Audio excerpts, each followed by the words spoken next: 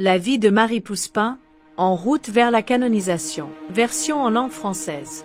Je suis Marie Pouspin, et voici mon histoire. Au cœur de Dourdan, une petite ville française, se célébrait un mariage qui allait marquer le début d'une histoire lumineuse.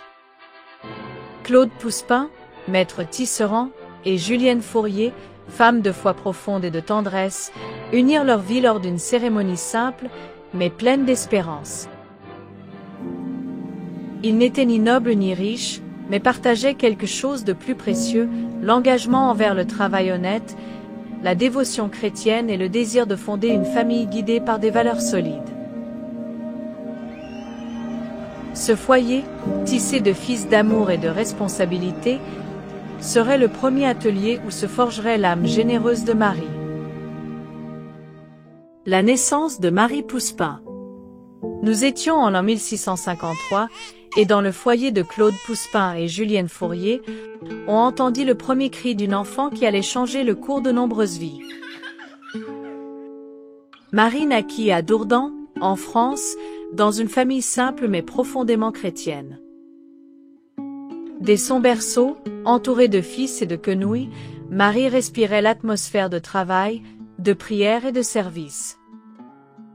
Sa mère, femme pieuse, la berçait avec des chants qui parlaient d'amour et de don de soi. Son père, tisserand de métier, rêvait que sa fille grandisse forte, sage et généreuse. Ainsi commençait la vie de celle qui serait plus tard appelée l'apôtre de la charité. Le baptême de Marie Pouspin. Le 14 octobre 1653, Marie fut portée à l'église paroissiale Saint-Pierre de Dourdan. Ses parents, Claude et Julienne, savaient que le baptême n'était pas seulement un rite, mais une consécration, un acte de don total à Dieu. Le prêtre versa l'eau bénite sur la tête de l'enfant. À cet instant, Marie fut accueillie dans la communauté chrétienne, marquée par la grâce qui l'accompagnerait toute sa vie. Les parrains et marraines, choisis avec soin, représentaient l'engagement de la guider dans la foi.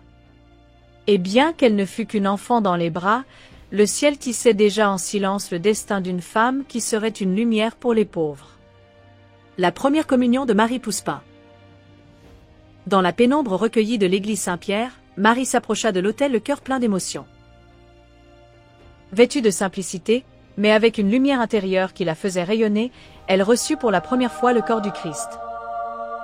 Elle était encore une enfant, mais elle comprenait déjà que cet acte n'était pas qu'un rite. C'était une alliance, un don, une promesse. Dès ce jour, l'Eucharistie devint le centre de sa vie, l'aliment qui la fortifierait pour affronter les épreuves, servir les pauvres et fonder une œuvre qui traverserait les frontières et les siècles. La communion ne fit pas qu'établir sa foi, elle alluma en elle le feu de la charité. Julienne enseigne la miséricorde à sa fille. Dans les rues pavées de Dourdan, Julienne marchait d'un pas ferme, portant dans ses mains un panier de pain fraîchement cuit. À ses côtés, la petite Marie la suivait avec des yeux attentifs et un cœur ouvert. Ce n'était pas seulement une promenade, c'était une leçon vivante de miséricorde. Elles arrivaient aux portes des plus nécessiteux, où la faim n'était pas seulement physique, mais aussi spirituelle. Julienne se baissait, offrait le pain avec tendresse et disait « Que Dieu te bénisse ». Marie observait, apprenait, imitait. Dans chaque geste de sa mère, elle découvrait que la charité n'humilie pas, mais dignifie. Ce jour-là, comme tant d'autres, non seulement des corps furent nourris, mais se sema en Marie le désir profond de consacrer sa vie au service. Le pain partagé devint le symbole d'une vocation qui se multiplierait plus tard comme les pains de l'Évangile.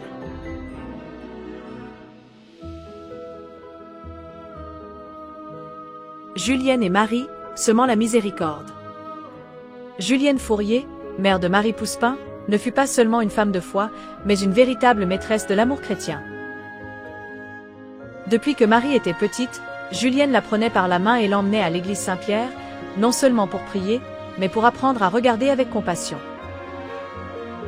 Là, entre vitraux et silence, Marie entendait parler des œuvres de miséricorde, visiter les malades, donner à manger aux affamés, vêtir ceux qui sont nus.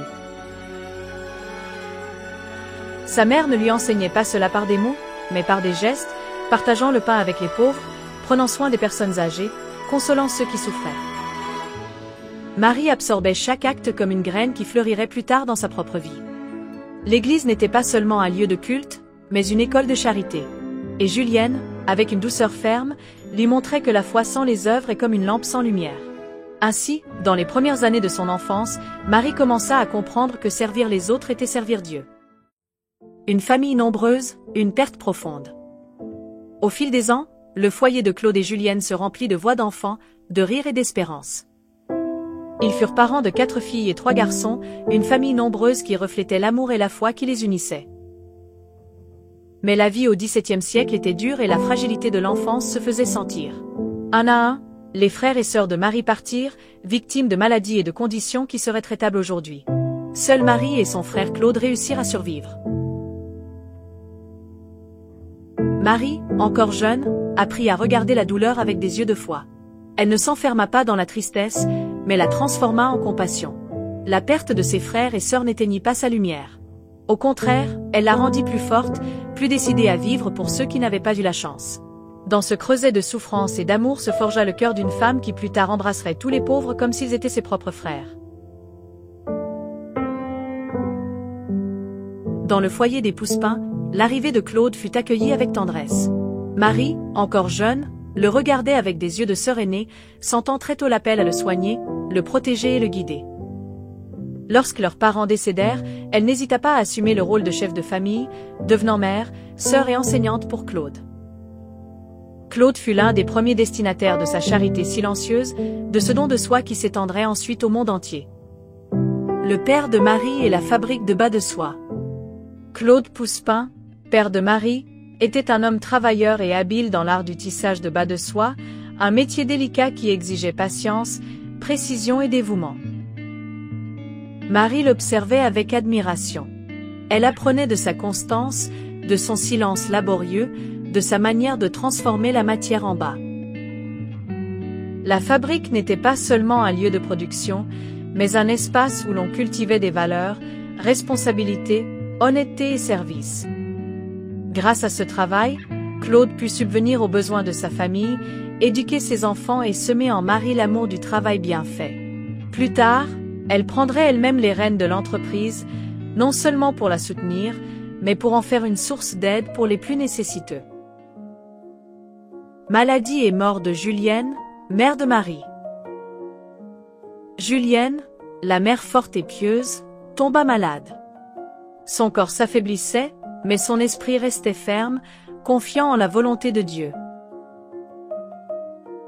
Marie, encore jeune, devint son infirmière, son réconfort, son soutien. Jour après jour, elle lui offrait soin, prière et compagnie. Durant cette période, elle apprit que servir les malades et toucher le visage du Christ. Mais elle apprit aussi à lâcher prise, à accepter le mystère de la souffrance. Quand Julienne partit, la peine fut profonde. Marie sentit que le monde s'arrêtait. Cependant, au milieu de la douleur, quelque chose s'alluma, une force intérieure qui l'inciterait à vivre non seulement pour elle, mais pour tous ceux qui souffrent. La mort de sa mère ne fut pas une fin, mais le début d'une mission. La mort de Claude Pouspin est l'héritage de la fabrique. La maison fut à nouveau vêtue de deuil. Claude Pouspin, père de Marie, ferma les yeux pour toujours, laissant derrière lui non seulement la douleur de son départ, mais aussi le poids d'un héritage. La fabrique de bas de soie, fruit d'années de travail incessant, resta entre les mains de sa fille. Marie, encore jeune mais trempée par l'adversité, ne se laissa pas vaincre par la peine. Avec son frère Claude à ses côtés, elle assuma la direction de l'atelier avec fermeté et vision. Elle ne le considéra pas comme un héritage matériel, mais comme un outil pour le bien. Elle transforma l'entreprise en une source d'emploi pour les femmes dans le besoin, leur enseignant le métier et leur offrant la dignité. Marie forme son frère et prépare son cœur pour Saint-Ville. Marie Pouspin prépara son frère Claude à diriger la fabrique familiale avec justice et dignité, tandis qu'elle écoutait l'appel de Dieu. Sa vocation la poussait vers Saint-Ville, un lieu marqué par la pauvreté et l'abandon, où elle voulait servir les plus nécessiteux. Sans négliger sa famille, elle laissa tout en ordre pour que Claude assume avec fermeté, tandis qu'elle-même se livrait au service et à la charité. Le voyage vers Sainville, une mission de charité. Marie Pouspin, certaine de sa vocation, partit avec sa cousine Agnès et une autre jeune femme vers Sainville, non comme des voyageuses, mais comme des missionnaires de la charité. Leur mission n'était pas d'apporter des richesses, mais de consoler, de guérir et de servir un peuple blessé par la guerre. Avec foi et humilité, elles commencèrent une œuvre que Marie comprenait n'être pas la sienne, mais celle de Dieu. Arrivée à Sainville, terre de mission. En foulant ce village blessé par la guerre, elles sentirent qu'une nouvelle vie commençait. Chaque visage semblait supplier, « Ne nous oubliez pas ». Marie comprit que sa mission était de consoler, de guérir et de rendre la dignité. Avec humilité, elles s'installèrent dans une petite maison. Là, entre prière et service, naquit une œuvre dédiée à la charité, à l'éducation, aux soins des malades et au soutien à la paroisse. Sainville devint la crèche où germa une nouvelle façon de vivre l'Évangile. Une maison simple, une mission immense. En arrivant à Sainville, Marie Pouspin et ses compagnes adoptèrent la manière de se vêtir des femmes du lieu et les couleurs dominicaines noir et blanc. La maison se transforma en refuge, école, infirmerie et chapelle. Chaque coin fut consacré au service, au partage du pain, à la prière, à la guérison. De là, elles commencèrent à visiter les malades, éduquer les filles, consoler les veuves et semer la miséricorde dans une terre blessée. La mission naquit dans le silence, avec des pas fermes et des cœurs enflammés. Prendre soin des malades, guérir avec la terre. Pour soigner les malades dans leur petit potager, elles cultivaient des herbes médicinales, préparant avec patience onguents et infusions. Chaque plante était une prière, chaque remède une caresse. Elles n'étaient pas infirmières, mais des femmes consacrées qui voyaient dans chaque corps blessé le visage du Christ. Ainsi, la charité devint concrète et la terre, alliée de la miséricorde. Éduquer pour dignifier, aimer pour transformer. En découvrant que les enfants et les jeunes vivaient sans éducation ni opportunité, elle commença à cultiver les intelligences et les cœurs avec le même amour qu'elle soignait les corps. Elle ouvrit des espaces pour enseigner à lire, écrire, compter et prier. Ce n'étaient pas des salles de classe formelles, mais bien des écoles de l'âme, où chaque enfant était regardé avec respect et chaque jeune avec espérance. Marie enseignait les lettres et les valeurs, honnêteté, foi, responsabilité. Sa pédagogie, simple mais profonde, se tissait avec patience et tendresse. Une maison plus grande, une charité plus profonde. Marie Pouspin vit son œuvre à Sainville commencer à s'épanouir. Les personnes qui avaient reçu son aide se joignirent reconnaissantes comme collaboratrices, et avec la communauté, elles acquirent un terrain. Avec foi et vision, Marie entreprit la construction d'une maison plus spacieuse, destinée au service du peuple. Elle comprenait une chapelle, centre de prière et de vie spirituelle, et un puits, symbole de vie et de fraternité partagée. Chaque espace fut pensé pour la charité. Elle ne dressait pas des murs, mais des ponts de miséricorde, consolidant ainsi une œuvre qui serait maison pour Dieu, pour le peuple et pour la charité. Former des successeurs, semer l'avenir. Marie Pouspin accueillit des jeunes filles à Sainville, leur offrant nourriture, éducation et formation spirituelle. Elle leur enseigna à servir, prier et consoler, leur transmettant le charisme de la charité éclairée par la foi. Beaucoup se consacrèrent comme sœurs, dédiées aux pauvres, aux malades et aux enfants. Avec tendresse et fermeté, Marie les guida dans une mission évangélique. Sa communauté grandit. Avec le temps, ses successeurs étendirent l'œuvre à travers le monde. Ce qui commença dans une humble maison se transforma en une congrégation vivante et une famille spirituelle qui demeure au cœur de l'Église. Au fil des ans, l'œuvre de Marie Pouspin à Sainville se renforça en ouvrant une école simple mais profonde dans son objectif. Les jeunes filles qui cherchaient refuge trouvèrent aussi une éducation accessible et humaine. Elles apprenaient les savoirs de base et les valeurs chrétiennes, dans un environnement où chaque pupitre était symbole d'espérance. Pour Marie, éduquer était libérer, et la charité incluait l'âme et la pensée. Ainsi, l'école devint une porte vers l'avenir pour l'enfance et la jeunesse de Sainville. La charité se vit aussi au quotidien. Les sœurs de Marie Pouspin, en plus de soigner les malades et d'éduquer les filles, maintenait avec soin l'organisation du foyer. Elle vivait la charité au quotidien. Elle cuisinait, lavait et partageait les tâches avec humilité, sans privilège. Chaque action était prière, et la maison, bien que simple, irradiait la dignité. Marie leur enseignait que la sainteté naît dans les petites choses, et que le service domestique est aussi une expression de miséricorde. Ainsi vivait-elle, comme une famille consacrée à l'amour et au service. Une communauté tissée par la charité. La maison de Saint-Ville, née comme refuge, devint une communauté vivante marquée par la fraternité, la solidarité et le service. Les sœurs, formées par Marie Pouspin, vivaient unies en mission, rendant visible l'amour de Dieu parmi les pauvres. Chaque tâche quotidienne était prière et don de soi, sans hiérarchie, dans la communion. Le peuple les reconnaissait comme une famille, et leur service joyeux devint un témoignage prophétique. Marie ne fonda pas seulement une œuvre, mais une manière de vivre l'Évangile.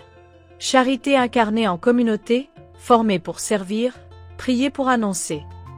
Marie Pouspin comprenait que sa mission devait transcender son don personnel, formant des sœurs capables d'annoncer l'Évangile avec humilité et sagesse. La formation incluait la prière, le discernement et le travail communautaire, cultivant l'âme en plus d'enseigner des tâches pratiques. Avec simplicité et vision, Marie préparait des femmes fortes dans la foi et tendres dans le service. Ainsi, la communauté grandissait, et les sœurs devenaient lumière pour les peuples, portant le message du Christ là où la charité les appelait. Règlement pour une communauté qui perdure. Dans sa vieillesse, Marie Pouspin contemplait avec joie la communauté épanouie à Saint-Ville.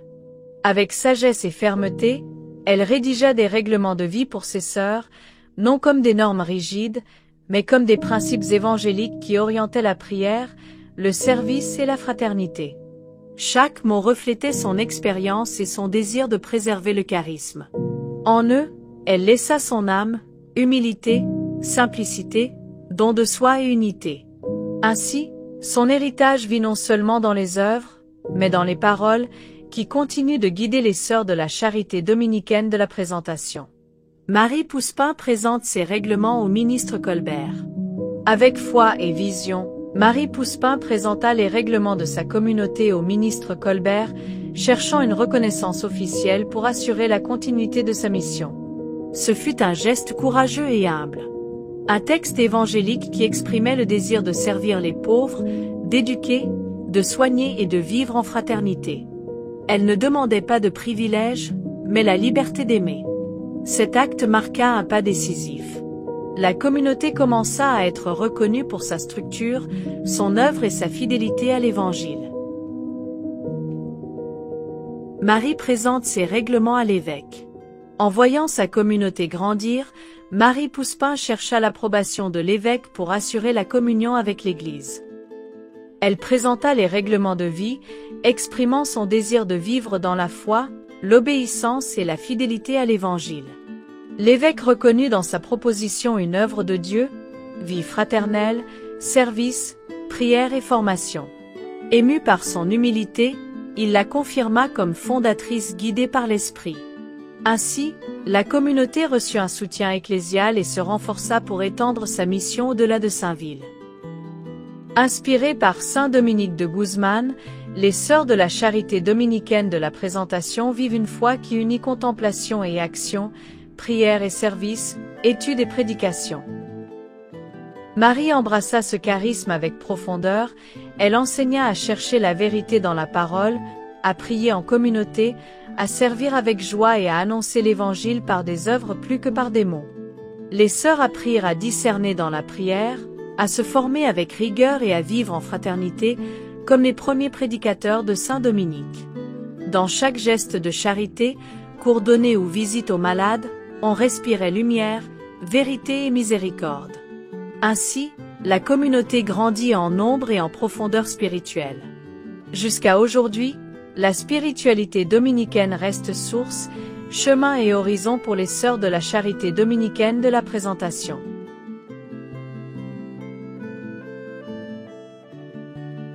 Marie Pouspin, après une vie de service, de prière et de formation communautaire, mourut en 1744 à Saint-Ville, entourée de ses sœurs et en paix. Elle ne laissa ni richesse ni titre, mais un héritage qui continue de fleurir. Son œuvre, née dans l'humilité, s'est étendue comme une flamme vive. Aujourd'hui, les Sœurs de la Charité dominicaine de la Présentation annoncent l'Évangile dans plus de 36 pays, apportant éducation, santé, réconfort et espérance aux plus pauvres. Le pape Saint Jean-Paul II la béatifia le 20 novembre 1994, la nommant apôtre sociale de la charité. Sa lumière ne s'est pas éteinte avec sa mort. Elle continue de briller en chaque sœur qui sert, en chaque enfant qui apprend, en chaque malade qui guérit, en chaque geste de miséricorde qui porte sa marque. Dans l'exercice de la charité, sa communauté s'établira et grandira au fil du temps. 3 siècles. Les réponses les plus variées et originales configureront la physionomie géographique de la congrégation. Toujours attentive aux nouvelles expressions de la douleur humaine, aux besoins urgents, aux divers cris des hommes. Vivre la charité. Vivre de charité. Et pour l'exercice de la charité, tel est l'écho répété par les centaines de sœurs qui trouvent, depuis Saint-Ville, la manière de vivre intensément la vie que notre Seigneur a menée sur la terre. Qui trouvent dans ce projet unificateur le chemin évangélique du service de la charité.